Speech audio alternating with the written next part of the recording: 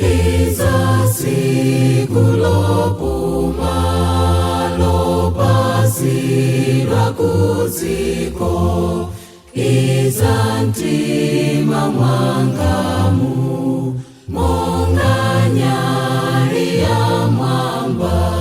Siku lokondwelesa likupita nsangatu, litisangalasanso mpaka ntchito izata.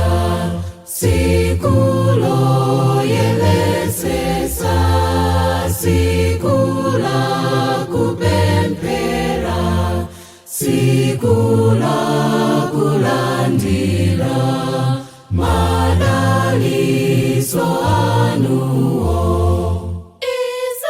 Siku lopuma ndizimphamvu za mwamba, ndikuyera kwanuko kuzentima mwamba.